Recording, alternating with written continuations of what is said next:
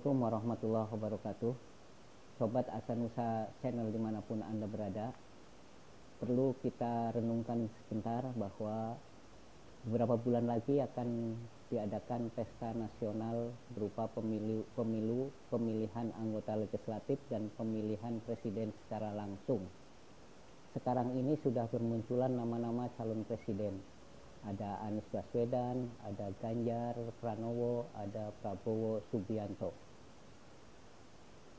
Dan tambahannya pula, sekarang ini muncul pula ujaran-ujaran kebencian yang dilontarkan oleh berbagai kalangan, baik dari kubu-kubu yang bertentangan maupun kubu-kubu yang berseberangan. Mereka menebarkan isu-isu kebencian melalui media sosial dan media-media mainstream lainnya. Untuk kita bahas masalah itu, di depan saya telah hadir Bapak Dr. Insinyur Haji Asrun Tonga M.Eng, Master Engineering, Master Science. Assalamualaikum Pak. Waalaikumsalam warahmatullahi wabarakatuh. Sehat ya Pak ya? Alhamdulillah, Alhamdulillah. Bagaimana Pak situasi ini, kan menjelang pemilihan presiden 2024 yang ya hitungan bulan lah. Tapi kan yang muncul sekarang mulai saling serang menyerang, saling jelek menjelekan. Bagaimana Bapak melihat situasi seperti ini Pak? Pak Taryono, terima kasih. Pertanyaannya cukup bagus sekali. Ini sudah menjadi fenomena umum di mana setiap akan dilaksanakan pemilihan umum itu akan banyak hiruk-pikuk dari berbagai elemen anak bangsa, dan menurut saya itu masih wajar dan perlu kita apresiasi. Artinya keterlibatan masyarakat umum dalam hal pemilihan ini itu cukup tinggi ya. Karena itu ini suatu aset yang harus memang ke depannya harus kita bisa, utamanya negara, pemerintah ini memanage ini, diatur secara bagus sehingga ujaran-ujaran kebencian ini jangan sampai berlanjut setelah selesai pilpres. Nah, jadi kalau saya sebagai salah satu anak bangsa melihat fenomena ini memang bisa ada berdampak plus dan minusnya. Tetapi kalau plusnya itu bahwa melibatkan semua atau masyarakat secara luas, itu artinya ada demokrasi berjalan. Nah, tapi kalau minusnya, banyak masyarakat yang masih awam politik itu kemudian karena terpengaruh oleh media massa, sehingga dia telan secara mentah-mentah apa yang dia dapatkan tanpa cek and recheck, sehingga akhirnya dia membentuk suatu opini publik yang menyesatkan atau hoax. Nah, mungkin ini suatu tantangan bagi kita bernegara, ada semacam edukasi yang baik ya dari media massa ya. Kemudian juga dari pemerintah mestinya ada himbauan-himbauan yang lebih soft, termasuk sehingga dari politisinya itu sendiri ya Pak ya. Otomatis itu Pak, bahwa kita harus ada semacam himbauan kepada para politisi yang akan bertarung, apakah itu di pileg itu ataupun tentu tadi yang disebutkan nama-nama calon-calon pemimpin, calon presiden kita yang akan berlaga nanti. Mereka itu kalau memberikan statement mestinya yang benar-benar mengenakan atau yang adem, sehingga jangan menambah suasana menjadi panas di tengah masyarakat. Kira-kira seperti itu Pak Tar. Ya, tapi langkah-langkah yang harus dilakukan apa Pak? Yang langkah konkret gitu Pak? Langkah konkret pertama dari pemerintah, pertama itu dia harus mengumumkan secara resmi dan memberikan edukasi akan pentingnya menjaga persatuan dan kesatuan bangsa ini.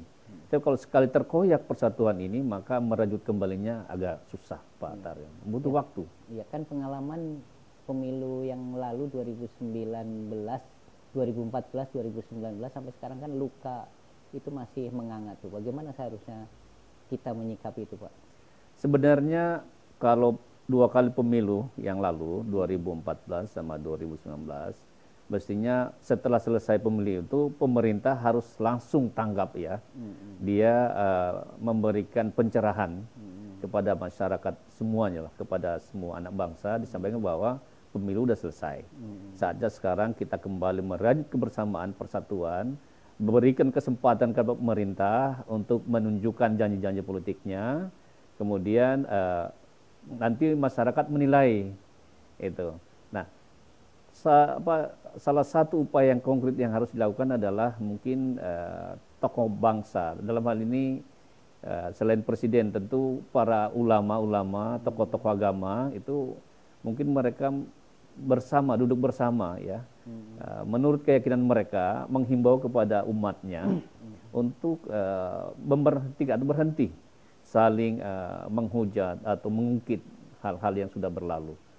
Lebih bagus mereka duduk dan menghimbau kepada umat atau masyarakat secara umum untuk bagaimana pentingnya kita merajut atau mempertahankan kebersamaan di dalam bernegara ini. Semangat bernegaranya itu benar-benar kita kukuhkan kembali, ya seperti itu. Kalau misalnya Pak, kondisi seperti ini akan terulang kembali, dampaknya buat bangsa dan negara ke depan gimana tuh Pak?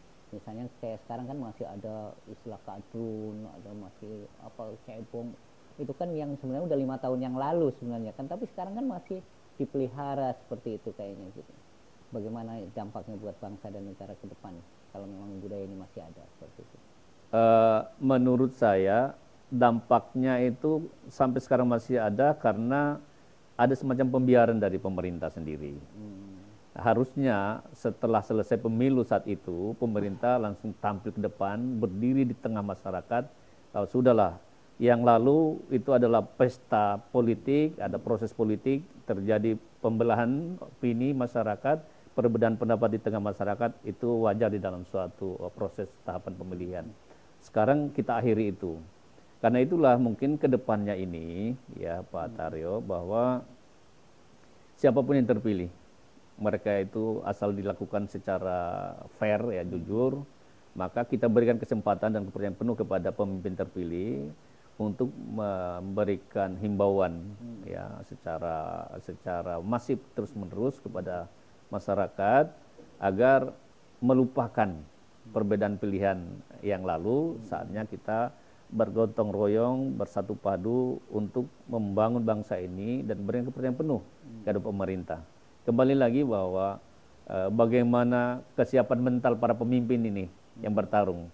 Kalau dia memang siap menerima kekalahan dan siap menang, maka saya kira pemimpin yang kalah harus legowo menerima kekalahannya. Kemudian pemimpin yang menang harus merangkul kepada yang kalah. Tapi kalau sekarang kan kelihatannya pemimpin yang menang-menangan gitu kan ya. Sementara yang kalah masih aja di tingkat khususnya di level bawah masih tetap terkena marah terus, gimana tuh Pak?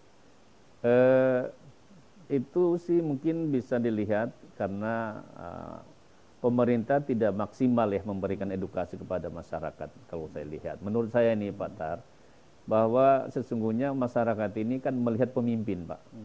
Kalau pemimpinnya itu bisa menjadi panutan, apa yang dia ucapkan dan tindakannya benar-benar seirama, maka saya kira juga masyarakat itu akan mengikuti. Atau memang dibiarkan, ada pembiaran ya Pak ya di sini? Secara kelembagaan sih kita lihat tidak. Ya, pemerintah saat ini juga cukup demokratis lah. Cuma memang ada sebagian elemen-elemen masyarakat memang yang terlalu kreatif ya, itu ya kalau saya bilang, terlalu semangat dengan euforia kemenangannya sehingga merasa saya udah menang, lu kalah, lu jangan ikut ngomong, yang ngomong biar saya aja, kira-kira seperti itu. Jadi secara institusi nggak ada pembiaran, tetapi pengawasannya mungkin dari pemerintah yang masih kurang, sehingga bermunculanlah itu elemen-elemen masyarakat yang membentuk semacam komunitas-komunitas. Akhirnya mereka kadang terlalu semangat berlebihan membuat suatu statement yang akhirnya berdampak kepada konotasi hoax atau kebencian kepada kelompok lainnya. Iya Pak, nah sekarang kan muncul 3 calon nih Pak, ada Anies, ada Ganjar, ada Prabowo gitu ya. kira-kira figur presiden yang mendatang itu yang paling pas untuk Indonesia sebenarnya seperti apa sih Pak? Atau cukup dengan 3 orang ini sudah merepresentasikan calon presiden ini, atau ada calon yang lain Pak? Kira-kira. Terlepas ada atau tidak, tapi kita lihat kenyataan sekarang dari 3 nama yang Bapak sebutkan tadi, mereka ini adalah putra terbaik bangsa Indonesia saat ini yang kita miliki. Entah itu Pak Anies, Pak Ganjar, atau Pak Prabowo, mereka ini adalah putra-putra terbaik. Yang tentu ketika partai sudah memberikan dukungan secara resmi, utamanya Pak Anies dan Pak Ganjar, tentu dari sisi kacamata politik partai menurut mereka itu sudah cukup mewakili aspirasi partainya. Sebenarnya Pak, sesungguhnya figur-figur pemimpin di Indonesia ini yang tidak tersebutkan namanya tadi itu banyak, hanya karena memang aturan di Indonesia ini ada yang namanya persentase yang harus terpenuhi 20%, itu yang membuat putra-putra terbaik yang lainnya tidak ada kesempatan untuk muncul namanya. Tapi sesungguhnya kalau itu bisa diperjuangkan ke depannya, maka kompetisi akan lebih berwarna dan akan lebih bagus. Sehingga menurut saya untuk sementara ini ketiga kandidat atau mungkin ada kedepannya mungkin ada yang muncul lagi, tapi sementara itu dulu yang 3 kita apresiasi bahwa apapun mereka adalah mereka yang sudah dipilih oleh konstituennya, kita hanya harapkan mereka siap bertarung secara fair, kemudian membawa ide-ide membangun masa depan Indonesia yang lebih pertama itu berdaulat, bahwa bangsa ini konsep itu Pak, konsep kedaulatan, kemudian konsep keadilan, kemudian konsep kemakmuran. Nah, mungkin ini yang perlu kita dorong para kandidat ini untuk bisa memaparkan mereka punya visi seperti itu, untuk bagaimana membawa bangsa ini lebih baik dari hari ini, kira-kira seperti itu Pak.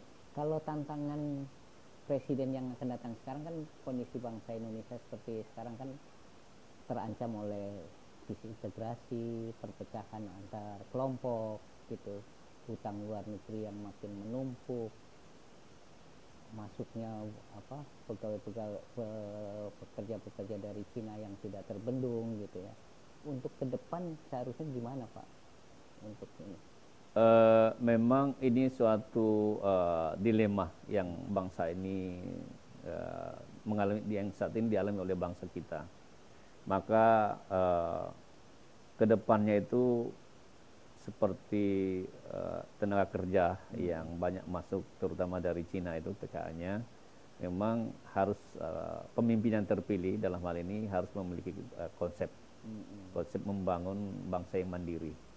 Kalaupun terpaksa harus ada yang masuk, tetapi tidak sampai begini banyak Pak. Ya, itu selektiflah tenaga-tenaga yang profesional, yang teknis, itu yang tidak kita miliki, itu boleh.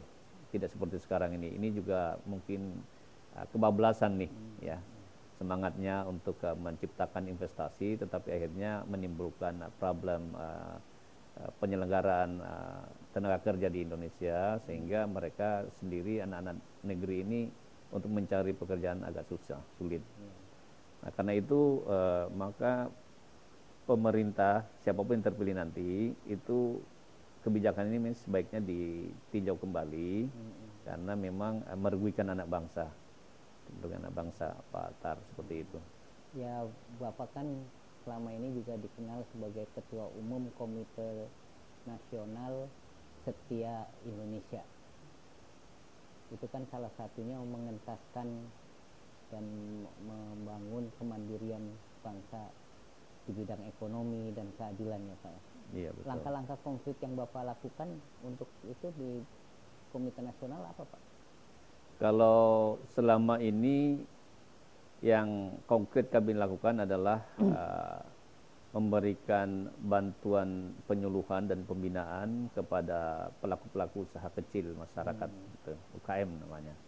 Itu kami memang langsung ya di tengah-tengah pelaku UKM. Contohnya di Garut kami banyak memberikan bimbingan ya, kemudian banyak menghimbau untuk bagaimana pentingnya masyarakat kita ini jangan menjadi penonton, seperti jadi pelaku. Nah itu kami beri nama itu atau judul sadar ekonomi namanya. Sadar ekonomi itu maksudnya kita pentingnya bisa menjadi pelaku, jangan menjadi pekerja atau penonton. Nah itu langkah konkret yang selama ini Komite Nasional Setia Indonesia telah lakukan.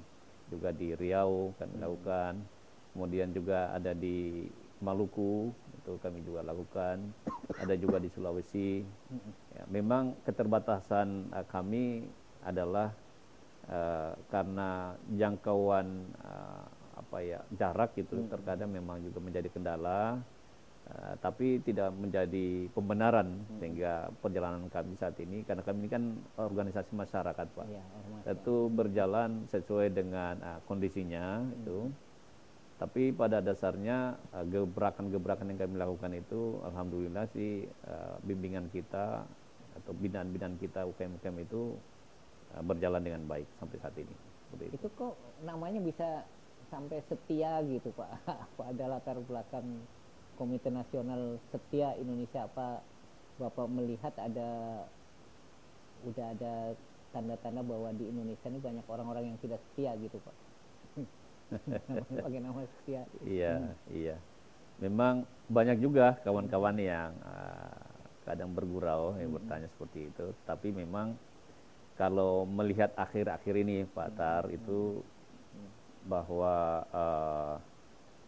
semangat kebangsaan anak-anak putra-putri bangsa ini sedikit meluntur ya. Karena saya melihat banyaknya ketidaksetiaan anak-anak bangsa ini, mereka lebih memilih pergi kerja menjadi TKW di luar negeri daripada menjadi pekerja di dalam negeri. Tapi kita bisa lihat bahwa memang keterbatasan lapangan kerja yang membuat mereka harus memilih ke luar negeri.